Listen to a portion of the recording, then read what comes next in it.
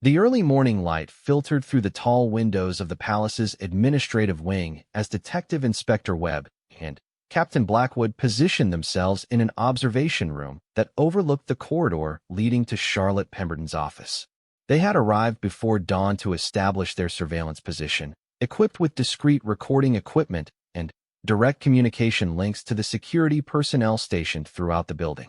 Webb adjusted his binoculars as he watched Charlotte arrive for work, noting the young woman's posture and demeanor as she walked through the corridors with measured steps. Even from a distance, he could observe the tension in her shoulders and the way she avoided eye contact with colleagues who greeted her in passing. "She appears nervous," Blackwood observed quietly, monitoring Charlotte's movements through the building's internal security cameras. Her normal route to the office includes stops to chat with other staff members, but today she's walking directly to her desk without any social interaction. The surveillance had been carefully planned to avoid detection while gathering crucial information about Charlotte's state of mind and daily activities. Both investigators understood that their observation might be the key to understanding the circumstances that had prompted her desperate letter placement at the palace gates. Charlotte's office was located within the private secretary's administrative complex, a series of interconnected rooms where sensitive royal correspondence and scheduling matters were handled by a small team of trusted employees. The work environment was known for its discretion, professionalism, and the high level of confidentiality required of all personnel. Webb watched as Charlotte settled at her desk and began her daily routine of reviewing correspondence and preparing documents for the senior staff's review. However, he noticed that she frequently glanced toward the windows and seemed distracted from her normal tasks, occasionally pausing to stare into space with a troubled expression. "There," Blackwood pointed to one of the security monitors. "Notice how she keeps checking the time and looking toward the corridor. She's waiting for something or someone, and it's making her visibly anxious." As the morning progressed, their observation revealed a pattern of behavior that supported their growing suspicion that Charlotte was indeed the author of the mysterious letter. She appeared to be under some form of stress that went beyond normal workplace pressures, and her actions suggested someone who felt trapped or constrained in her current situation. Around mid-morning, their surveillance took a significant turn when Mrs. Elizabeth Hartwell, Charlotte's supervisor, approached the young woman's desk with a stern expression and what appeared to be an important document in her hands. The investigators watched as a tense conversation unfolded between the two women. "Can we get audio on this?"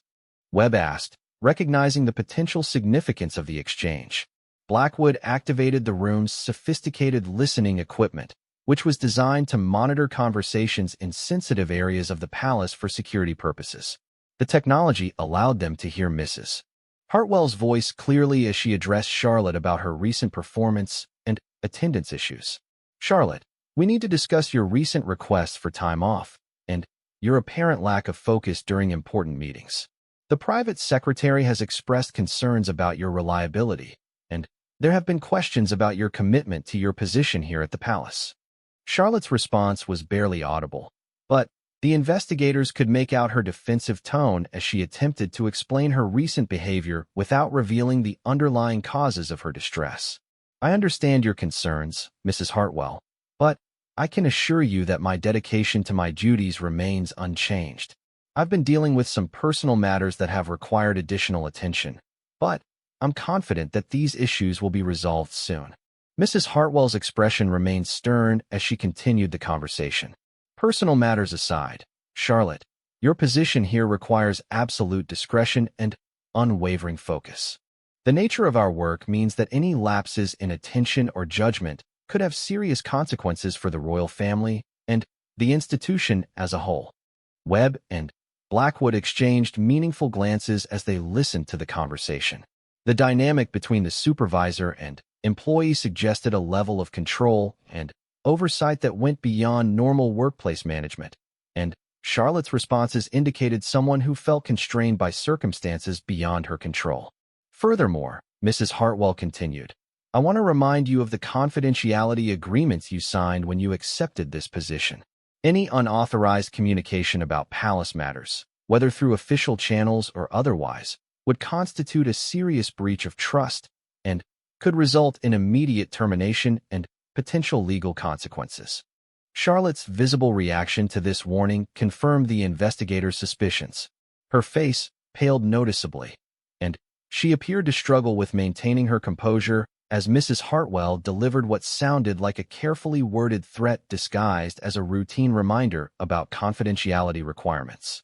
"I understand completely, Mrs. Hartwell," Charlotte replied, her voice slightly trembling. "I would never violate the trust that has been placed in me, and I take my confidentiality obligations very seriously." After Mrs. Hartwell departed, the investigators watched Charlotte sit alone at her desk, visibly shaken by the confrontation. She appeared to be fighting back tears as she attempted to return to her work, but her hands trembled slightly as she handled the documents on her desk. "That conversation tells us everything we need to know," Webb said quietly. "Charlotte is clearly being monitored and controlled in ways that go beyond normal employment supervision. The timing of that warning, coming just days after we discovered her letter, suggests that someone suspects she may have attempted unauthorized communication." Blackwood nodded grimly. "The question now is whether this represents a legitimate security concern or something more troubling. Charlotte's behavior and Mrs. Hartwell's approach suggest a level of control that could indicate inappropriate treatment of palace employees." As the day continued, their surveillance revealed additional concerning patterns in Charlotte's interactions with other staff members. She appeared to be systematically isolated from casual conversations and social interactions that were normal for other employees in similar positions. Several attempts by colleagues to engage her in friendly conversation were either interrupted by supervisory staff or quickly ended by Charlotte herself, who seemed fearful of prolonged contact with others. Webb began documenting these observations with increasing concern about Charlotte's welfare. "We're looking at a pattern of isolation and control that could constitute workplace harassment or worse. If Charlotte is being deliberately prevented from forming normal social connections or seeking help for her situation, that would explain both her desperation and her resort to such an unusual method of communication." Around midday, their investigation took another significant turn when they observed Charlotte being escorted from her office to a meeting with senior palace officials. The escort was conducted by two security personnel who flanked her as they walked through the corridors, a level of supervision that was clearly unusual for a routine administrative employee. "Follow them," Webb instructed, and Blackwood coordinated with his security team to track Charlotte's movement through the building's surveillance network. The cameras revealed that she was being taken to a secure conference room typically reserved for sensitive meetings involving high-level security matters. The investigators watched with growing alarm as Charlotte disappeared into the secure area where their surveillance capabilities were limited. The implications of her being subjected to what appeared to be a formal interrogation sent chills through both experienced professionals. "We need to intervene," Webb declared, his protective instincts overriding his caution about revealing their investigation. "If Charlotte is being subjected to intimidation or coercion, we have a duty to ensure her safety, and rights are protected." Blackwood was already reaching for his radio to contact his security team. "Agreed. Whatever institutional protocols we might be violating, we cannot allow a potential victim to be further victimized while we conduct passive observation." The two investigators quickly left their observation post and made their way through the palace corridors toward the secure conference room where Charlotte was being held. Their movement was swift but careful, as they needed to maintain their authority while avoiding unnecessary confrontation with palace security personnel who might not understand the nature of their investigation. As they approached the secure area, they could hear raised voices coming from behind the closed doors of the conference room. Mrs. Hartwell's voice was clearly audible, along with those of at least two other officials who appeared to be questioning Charlotte about her recent activities and any unauthorized communications she might have attempted. "This stops now," Webb said firmly, showing his identification to the security guards posted outside the conference room.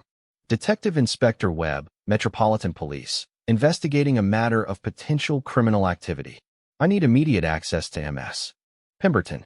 The guards looked uncertain, clearly torn between their duty to maintain security and their recognition of legitimate police authority. Blackwood stepped forward to support Webb's demand, using his own authority within the royal protection system to gain entry to the room. The scene they encountered inside the conference room confirmed their worst fears about Charlotte's treatment.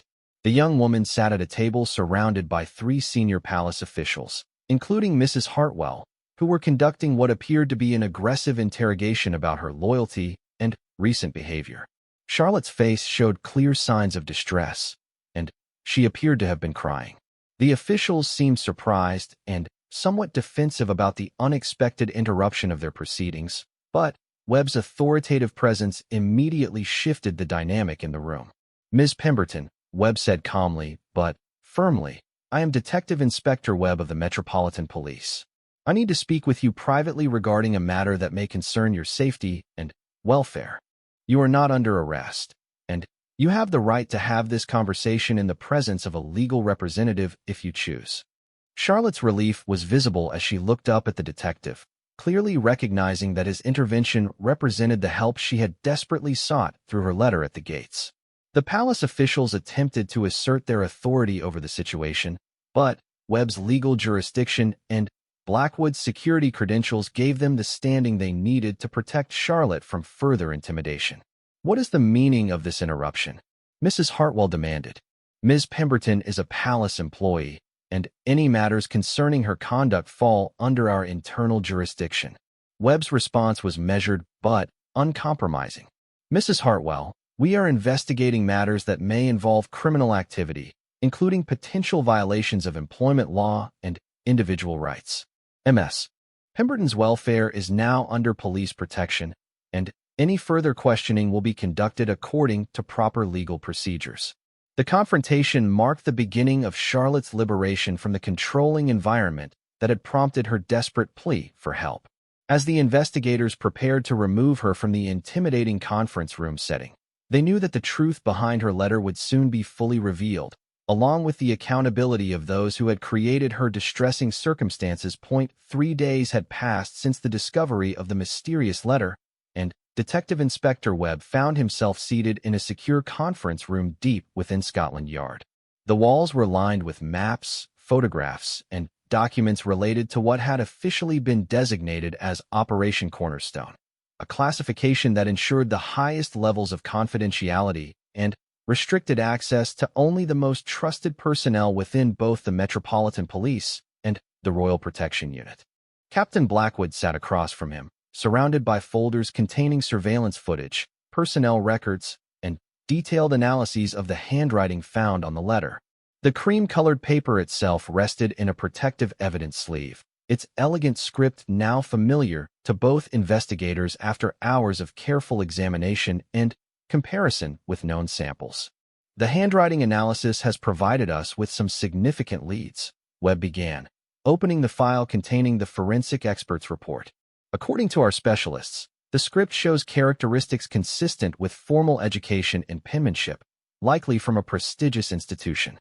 The pressure variations and letter formations suggest someone young, possibly in their 20s or early 30s.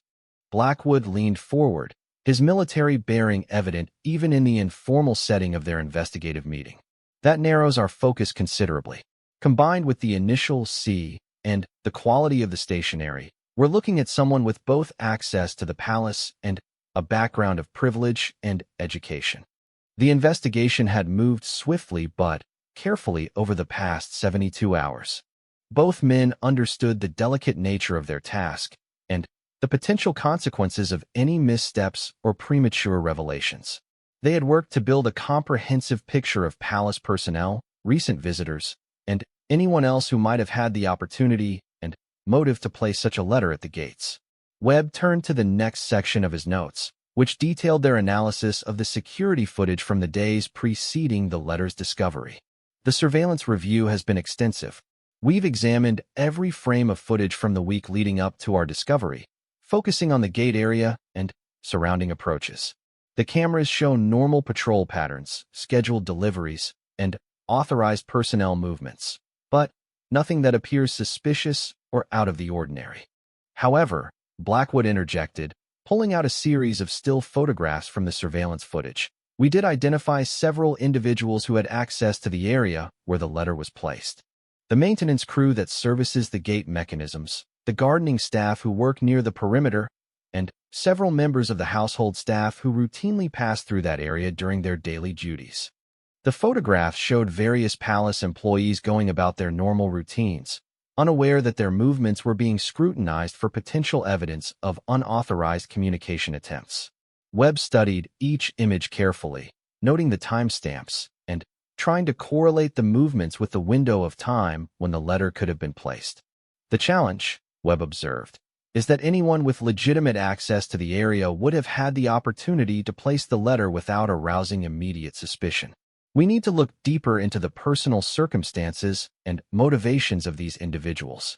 Their investigation had revealed that the palace employed over 200 people in various capacities, from senior household staff to temporary workers brought in for special events and maintenance projects. Each person with access to the restricted areas had undergone extensive background checks and security clearances, making the possibility of insider involvement all the more concerning. Blackwood opened another folder, this one containing detailed personnel records for the individuals they had identified as having both access and opportunity. I've been reviewing the recent performance evaluations, disciplinary records, and personal circumstances of our potential subjects.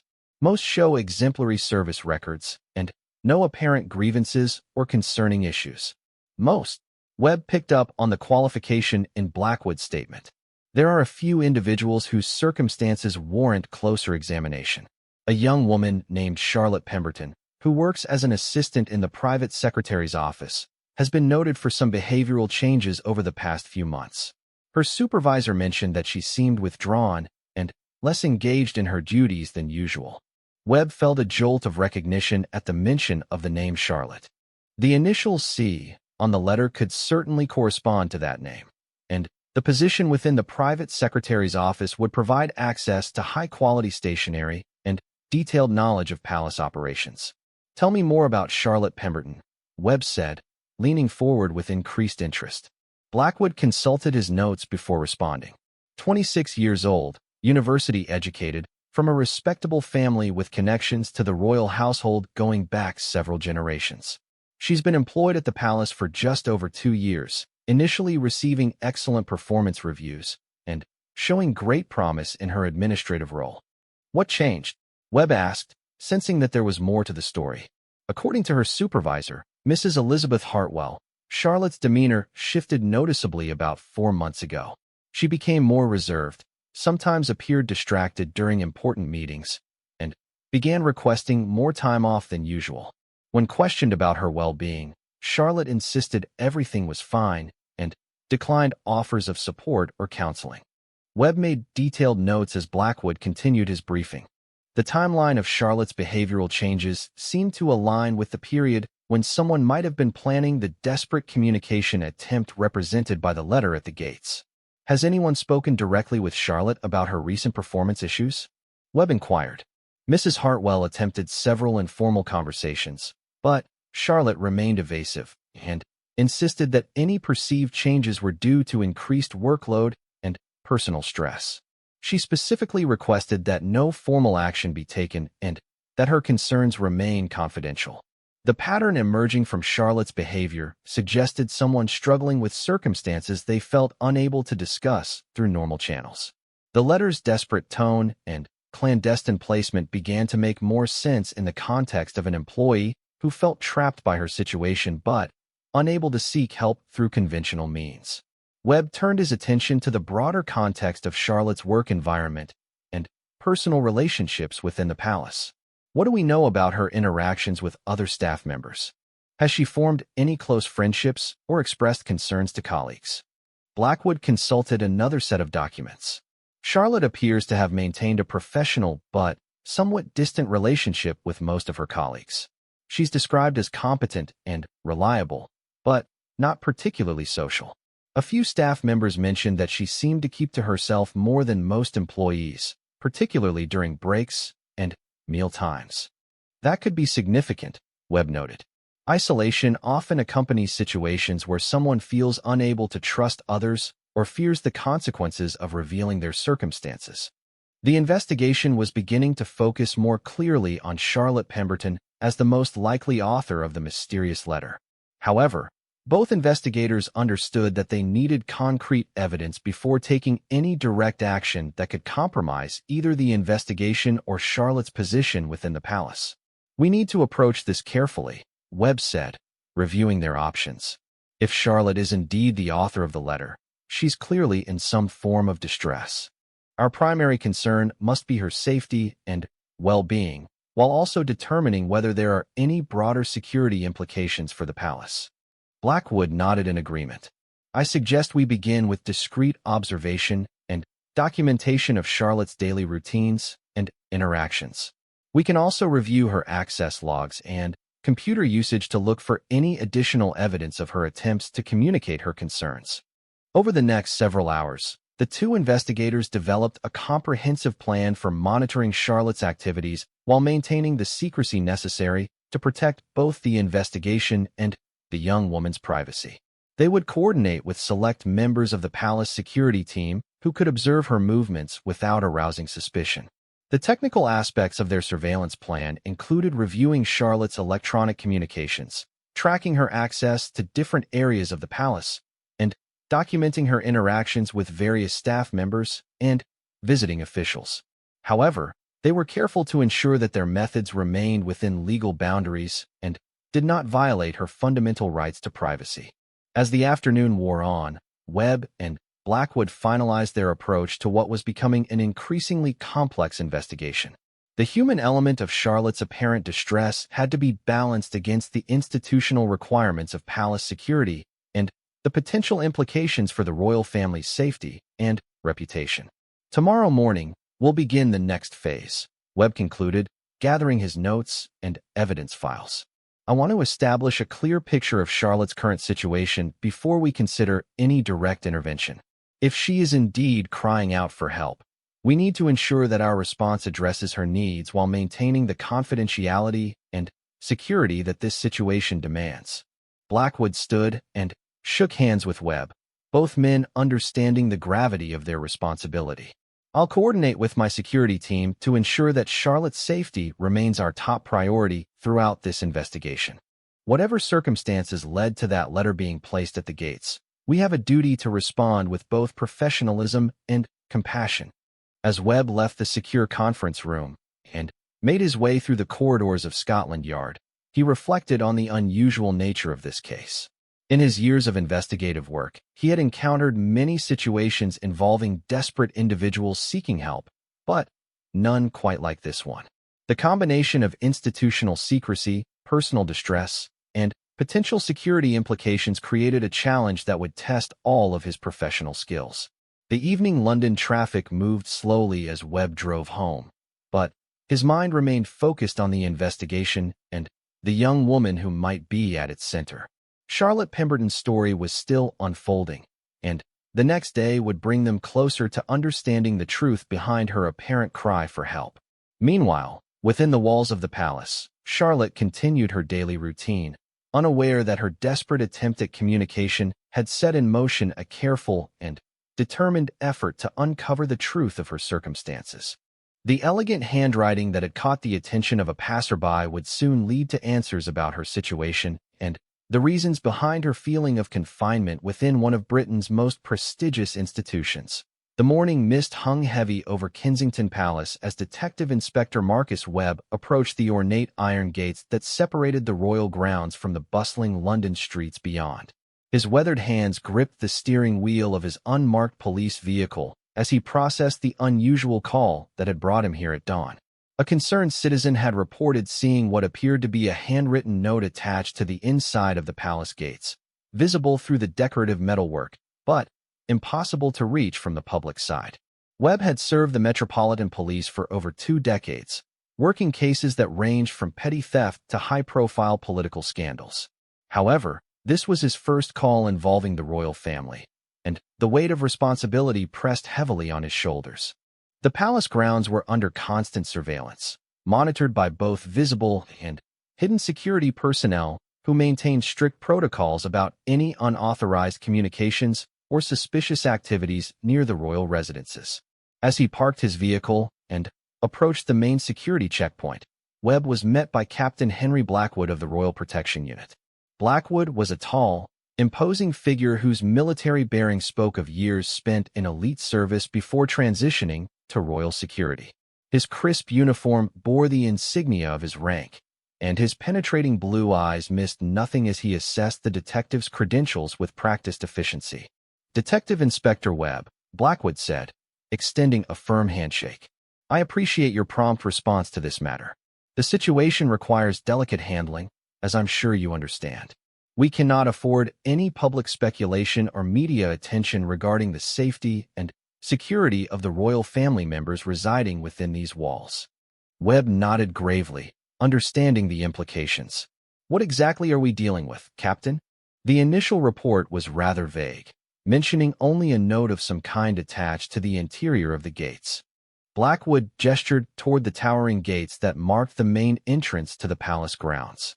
"Early this morning, one of our perimeter patrols noticed something unusual. There appears to be a piece of paper, possibly a letter, secured to the inside of the gate mechanism. The positioning suggests it was placed there intentionally, perhaps as a means of communication that would be visible to those outside the palace grounds while remaining inaccessible to the general public." The two men approached the gates, which stood as magnificent examples of Victorian craftsmanship. The intricate ironwork featured elaborate scrollwork and decorative elements that had been maintained in pristine condition for generations. However, wedged between two ornamental bars on the interior side, a folded piece of cream-colored paper was clearly visible, held in place by what appeared to be a thin piece of wire or string. Webb squinted through the metalwork, trying to make out any details of the mysterious note. "Have you been able to determine who might have placed it there? Surely your security cameras would have captured any unauthorized access to the interior of the grounds." Blackwood's expression grew troubled. "That's precisely what makes this situation so concerning, Detective. Our security footage shows no evidence of any external intrusion. No one has approached the gates from outside the perimeter, which means the letter must have been placed there by someone with authorized access to the palace grounds." The implications of this revelation hung heavy in the air between them. If the note had indeed been placed by someone inside the palace, it raised serious questions about the nature of the message and the circumstances that had prompted its placement. Webb felt his investigative instincts sharpen as he considered the various possibilities that could explain such an unusual situation. "Have you notified the royal household about this discovery?" Webb asked, pulling out his notebook to begin documenting the details of the case. "I've informed the palace security coordinator, but we've agreed to proceed with extreme caution. Until we understand the nature and content of this message, we cannot determine the appropriate course of action. The royal family's privacy and safety remain our highest priorities, and we must ensure that any investigation is conducted with the utmost discretion."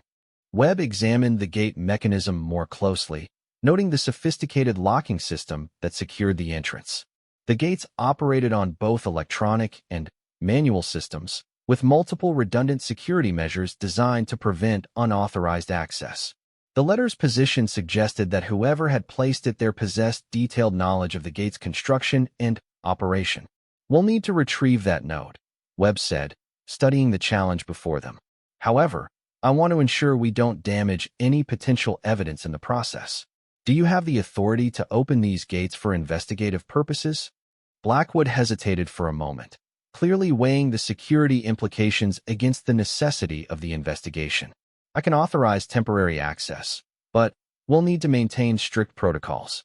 The gates haven't been opened outside of scheduled times in over 3 months, and any deviation from normal procedures requires detailed documentation and approval from multiple levels of command." As they discussed the logistics of retrieving the mysterious letter, both men were acutely aware that they might be dealing with something far more significant than a simple prank or misplaced correspondence. The deliberate placement of the note, combined with the insider knowledge required to access that particular location, suggested a carefully planned action with potentially serious implications.